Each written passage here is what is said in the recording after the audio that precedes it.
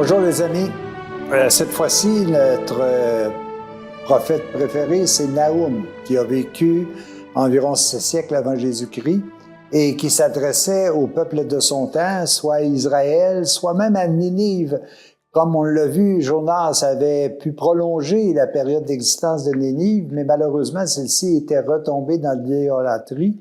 Et là, elle a eu à nouveau un avertissement de Nahum pour dire, un peu, vous êtes en train de recréer ce que vous aviez pu vous déloger il y a un certain temps. Vous retombez dans l'idolâtrie, vous retombez dans la pratique des non-conseils de Dieu. Vous faites l'inverse de ce que Dieu vous a proposé.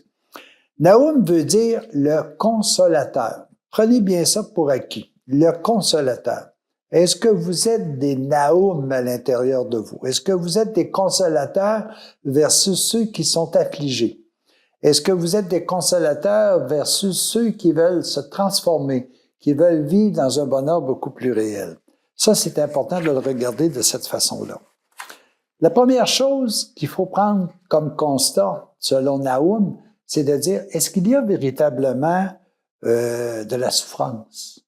Il prend comme exemple Ninive, il prend comme exemple Israël, il prend comme exemple Juda, et il s'aperçoit qu'à l'intérieur de ces peuples-là, il y a encore de la souffrance, et d'une souffrance qui est causée principalement, tout simplement, parce qu'on ne suit pas les conseils d'un bonheur que Dieu nous a offert, et qu'on veut faire à notre tête selon notre propre moyen.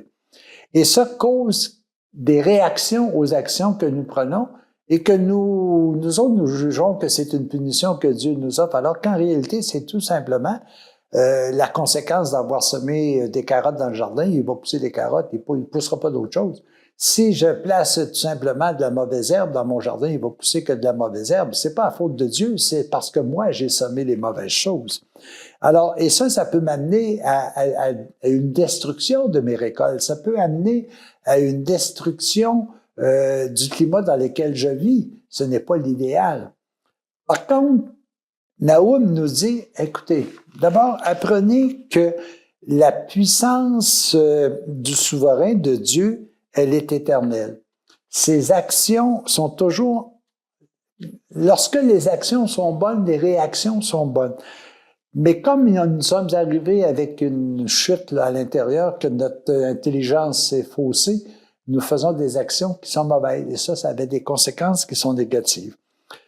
Puis la colère et la justice, là, la colère, elle n'existe pas chez Dieu. La justice qui existe de Dieu, c'est tout simplement de récompenser ce que l'on fait de beau, de bon, de juste et de louable. Il y a une maxime que l'on dit bien souvent, que sur terre, moi, je suis tout simplement là à préparer des matériaux que je vais envoyer dans l'au-delà pour me préparer une demeure. Que ce soit un sourire, je vais envoyer quelques clous, que ce soit une action, un partage, je vais envoyer des matériaux. Et ça, je pense que c'est véritablement la justice de Dieu. La justice de l'homme, moi, je me suis impliqué à dire qu'est-ce qui est beau, qu'est-ce qui est bien, qu'est-ce qui est mal. Et là, moi, je me suis créé une mode de justice. Et là, j'en suis rendu à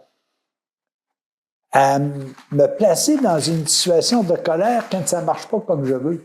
Et là, c'est là la colère, on dit toujours que c'est un mauvais conseil.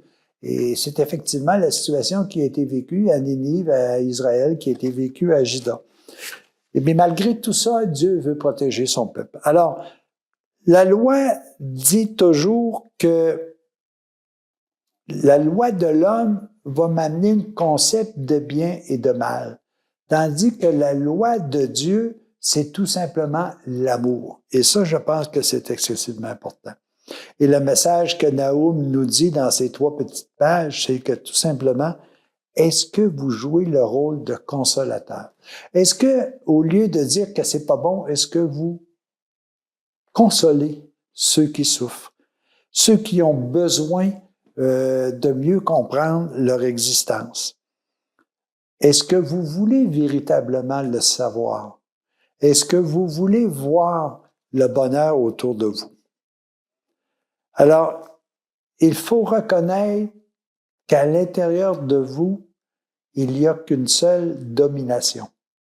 Cette domination, c'est l'amour. Tout ce qui n'est pas amour sera un jour détruit. sera un jour tout à fait inutile à votre bonheur.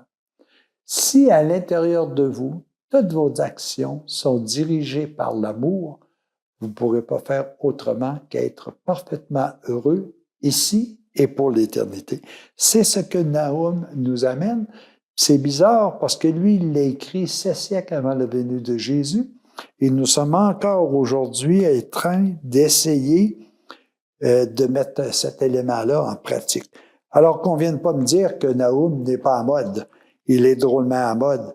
Et puis ça fait combien de temps que, et des siècles en entier, et que bien d'autres peuples, que tous ceux qui existent sont là pour accomplir ce bonheur sur terre, que malheureusement, tranquillement, on le refuse.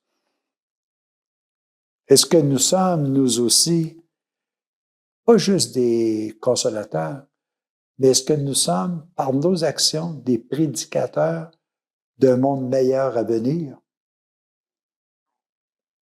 À nous d'en prendre conscience, à nous, si nous arrivons avec une réponse négative, de voir comment nous pouvons mettre en pratique ces rôles de consolateurs, ces rôles de créateurs de bonheur autour de ceux et celles qui nous entourent.